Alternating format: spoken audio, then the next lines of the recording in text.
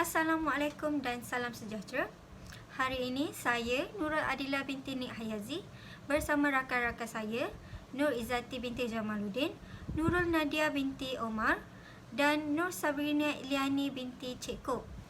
Kami berempat akan menerangkan kepada anda mengenai impak pelaksanaan Perintah Kawalan Pergerakan ataupun PKP bagi institusi kekeluargaan di Malaysia. Seperti yang kita tahu, apabila PKP dilaksanakan, kita tidak dapat merentas negeri, daerah maupun melakukan aktiviti-aktiviti seperti sebelum PKP dilaksanakan. Jadi, dalam video ini kami akan menerangkan tentang impak yang terjadi sepanjang PKP terhadap institusi kekeluargaan, sama ada impak itu adalah positif dan negatif. Hai, nama saya Nurul Nadia dari kumpulan 2. Seterusnya saya akan menerangkan dengan lebih terperinci lagi mengenai maklumat kesan pelaksanaan Perintah Kawalan Pergerakan terhadap institusi keluarga.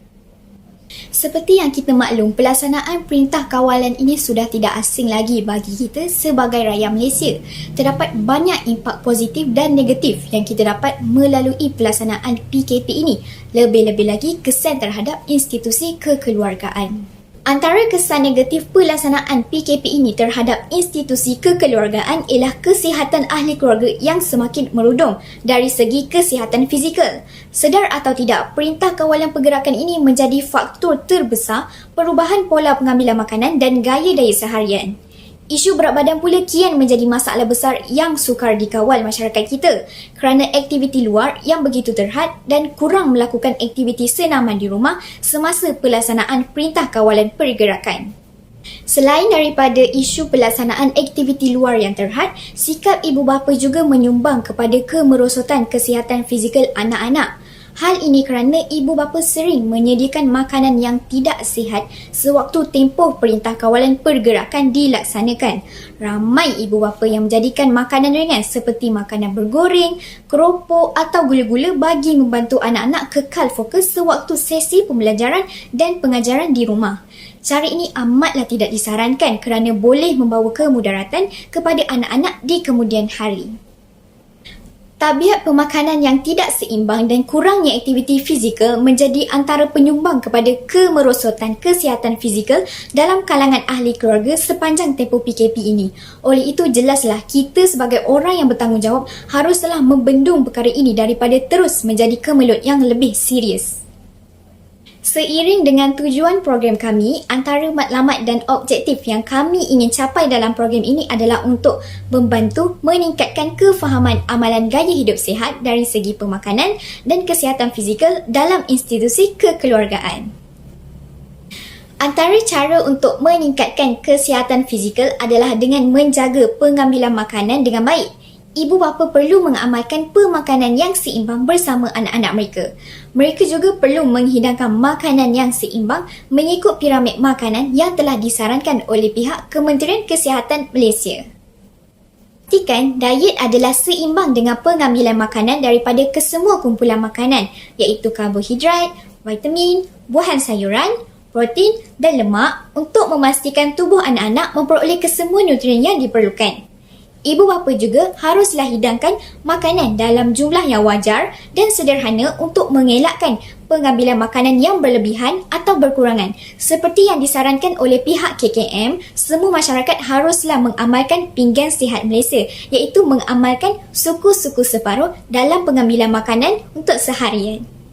Selain itu, ibu bapa juga haruslah mengurangkan pengambilan makanan fast food agar anak-anak tidak mencontohi amalan ini yang pada akhirnya boleh membawa kepada masalah obesiti jika tidak dikawal dengan baik. Gantikan makanan fast food ini kepada buah-buahan dan sayur-sayuran yang mempunyai lebih banyak khasiat dan kebaikannya kepada anak-anak. Jelaslah, ibu bapa perlu memainkan peranan dalam menjaga pemakanan anak-anak mereka agar kesihatan ahli keluarga dapat dijaga dan dapat ditingkatkan dengan baik. Apa pula peranan anak-anak terhadap ibu bapa? Bagi mereka yang mempunyai ibu bapa yang sudah berumur, sudah menjadi tanggungjawab mereka sebagai anak-anak untuk menjaga dan memastikan kesihatan ibu bapa mereka terjamin. Anak-anak perlu memantau cara pemakanan ibu bapa yang mempunyai masalah kesihatan seperti kencing manis, darah tinggi, penyakit jantung dan sebagainya. Kurangkan pengambilan garam dalam makanan bagi mereka yang mempunyai masalah darah tinggi dan hadkan pengambilan gula bagi mereka yang mempunyai masalah kencing manis. Dengan cara ini, kesihatan ibu bapa dapat ditingkatkan secara berkala dan dapat mengelakkan dan mencegah daripada sebarang penyakit lain. Setiap ahli keluarga haruslah memainkan peranan dan tanggungjawab masing-masing agar kesihatan keluarga dapat dijaga dan dapat ditingkatkan bersama. Selain daripada menjaga pemakanan, melakukan aktiviti fizikal seperti bersenam, beriadah dan berjoget juga dapat membantu meningkatkan kefahaman amalan gaya hidup sihat dari segi pemakanan dan kesihatan dalam institusi keluarga. Ibu bapa juga boleh melakukan aktiviti bersenam dan beriadah bersama anak-anak. Aktiviti ini bukan sahaja dapat menyihatkan badan, malah hubungan antara ibu bapa dengan anak-anak akan menjadi lebih erat.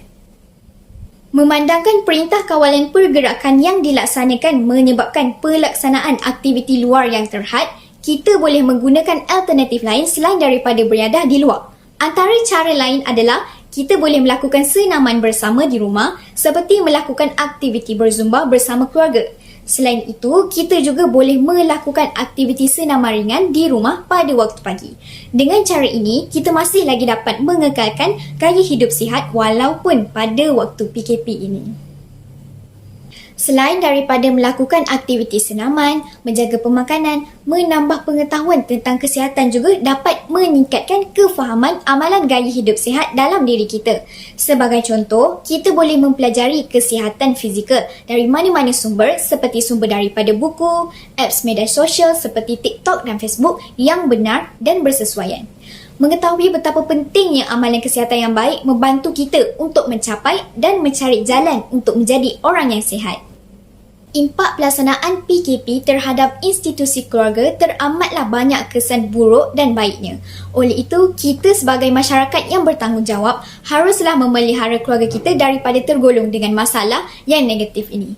Menjaga kesihatan dan mengamalkan gaya hidup sihat terhadap institusi keluarga merupakan satu langkah baik yang perlu dititik beratkan agar kesihatan keluarga kita terjamin dan dapat mengelakkan dari sebarang perkara yang tidak wajar.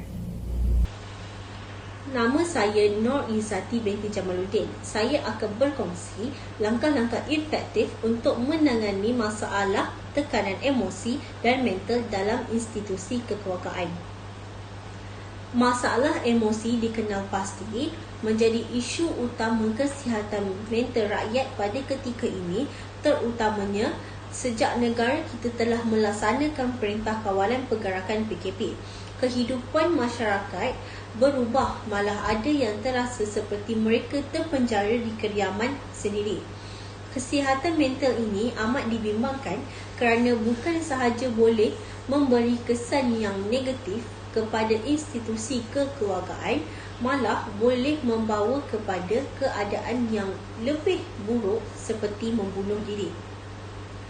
Menurut Polis Diraja Malaysia PDRM, mereka telah merekodkan sebanyak 631 kes bunuh diri sepanjang tahun 2020 dan 468 kes dalam tempoh Januari hingga Mei 2021 yang bermaksud jumlah keseluruhannya adalah 1099 kes. Pengarah Jabatan Siasatan Jenayah Bukit Aman iaitu Datuk Seri Abdul Jahlil Hassan berkata, sepanjang tempoh 2019 hingga Mei 2021 juga, seramai 281 lelaki dan 1,427 orang wanita dilaporkan membunuh diri. Kebanyakan mangsa yang terbabit adalah berumur antara 15 hingga 18 tahun iaitu seramai 872 orang, dan bagi mangsa yang berumur antara 19 hingga 40 tahun adalah seramai 668 orang. Pengarah Jabatan Siasatan Jenayah Bukit Aman turut berkata, 3 punca utama yang menyebabkan kejadian bunuh diri ini adalah mangsa yang menghadapi masalah keluarga, tekanan perasaan dan kewangan. Oleh itu, terdapat beberapa langkah yang efektif boleh saya kongsikan kepada institusi kekeluargaan untuk mengelakkan masalah tekanan emosi dan mental. Langkah pertama yang boleh dilakukan adalah dengan menjaga corak tidur dan memastikan badan mendapatkan rehat yang secukupnya, iaitu sebanyak 8 hingga 10 jam sehari. Bukan sahaja mendapatkan tidur yang cukup, tetapi tidur yang berkualiti turut memainkan peranan yang penting. Untuk mendapatkan tidur yang berkualiti, elakkan mengambil sebarang jenis kafein 4 hingga 6 jam sebelum tidur dan melakukan rutin yang menyenangkan sebelum tidur seperti membaca buku serta mendengarkan muzik yang menyenangkan. Tidur yang berkualiti boleh merangsang hormon serotonin, di mana hormon ini adalah sangat berkait rapat dengan masalah kesihatan mental seperti insomnia dan depresi. Apabila hormon serotonin yang mencukupi dihasilkan, ini akan membantu dalam mengurangkan masalah psikologi dan emosi. Selain itu, langkah kedua yang boleh diterapkan adalah berkongsi masalah dengan keluarga serta rakan-rakan. Berkongsi masalah dan meluahkan perasaan kepada orang yang dipercayai seperti keluarga dan rakan-rakan sedikit sebanyak boleh membantu dalam mengurangkan tekanan serta kesedihan yang berkemungkinan mempengaruhi kesihatan mental. Secara tidak langsung, kita memperoleh pendapat atau pandangan untuk menangani sebarang masalah yang dihadapi sekaligus mengurangkan bebanan yang dialami. Akhir sekali, mempunyai fikiran yang positif juga boleh dilakukan untuk mengelakkan diri daripada tekanan emosi dan mental. Pemikiran positif boleh dipengaruhi daripada percakapan dan perbuatan. Sebagai contoh, kita boleh cuba bercakap perkara-perkara yang positif pada diri sendiri seperti saya boleh, saya akan lakukan, saya akan berjaya dan sebagainya. Sekiranya kita sedang menghadapi masalah dan mempunyai fikiran yang negatif, kita perlulah berusaha untuk berfikir sebaliknya supaya tidak terikut-ikut dengan emosi sehingga menjejaskan kesihatan mental. Salam sejahtera, terima kasih sebab tengok video ni. Saya Sabina akan terangkan cara-cara untuk merapatkan hubungan kekeluargaan. Pertama sekali, ibu bapa boleh meluangkan masa menyiapkan kerja sekolah anak-anak. Dengan ini, anak-anak akan rasa mendapat perhatian daripada ibu bapa. Justru, boleh juga melakukan projek DIY, menonton tutorial di YouTube mengenai idea-idea projek DIY menggunakan bahan terbuang yang ada dalam rumah. Aktiviti ini dapat mengalihkan perhatian anak-anak kerana mereka fokus dalam projek yang dilakukan. Jadi tidaklah terasa bosan sepanjang PKP. Ia juga termasuklah aktiviti lukisan, yang aktiviti melukis yang menggunakan bahan seperti clay, pasir sintetik dan play-doh. Di samping itu, menggalakkan permainan tradisional, contohnya seperti congkak, batu, seremban dan galah panjang. Permainan tradisional semakin dilupakan memandangkan generasi baru kini lebih gemar menonton YouTube atau bermain game telefon. Jadi inilah masanya untuk mengembalikan nostalgia tersebut serta mengangkat kembali tradisi, budaya dan warisan kita. Paling penting, semua permainan ni tak memerlukan wifi atau internet. So, jimatlah. Seterusnya, ajak bermasak bersama-sama. Kesempatan ini juga masa yang terbaik untuk ibu bapa mengajar anak-anak kemahiran asas memasak, memulakan resepi ringkas seperti menggoreng telur, memasak nasi atau mi segera. Ia bukan sahaja meronakkan, tapi sebenarnya mereka sedang menambah kemahiran mereka. Siapa tahu, suatu hari nanti berguna untuk mereka. Iaitu mengemas rumah. Jika sebelum ini bagi ibu bapa sering merungut tiada masa untuk mengemas rumah disebabkan sibuk bekerja dan cuti ujung minggu terlalu pendek dan mahu rehat sepenuhnya. Jadi inilah masanya semua ahli keluarga boleh bekerjasama membersihkan rumah dengan membuang barang-barang yang tidak lagi boleh dipakai atau rosak. Selain membersihkan segala kuman dan bakteria yang mungkin mendatangkan bahaya pada kesihatan, rumah bukan sahaja bersih tetapi telah mengurangkan Tetapi dengan ini telah mengurangkan pelbagai risiko penyakit akibat kuman yang mungkin terdapat dalam rumah. Cara ini juga secara tidak langsung akan memupuk kerjasama yang ringan tulang dalam diri keluarga. Seterusnya, bercucuk tanam. Satu lagi aktiviti yang dapat dilihat menarik untuk dilakukan di rumah dengan keluarga. Selain anak-anak dapat belajar untuk bercucuk tanam, ia juga secara tidak langsung akan membuatkan mereka berpeluh sihat. Boleh tanam sayur-sayuran atau pokok bunga pada masa yang sama, memberi didikan di mana pokok itu hidup atau ekosistem seperti yang diajar dalam subjek sains.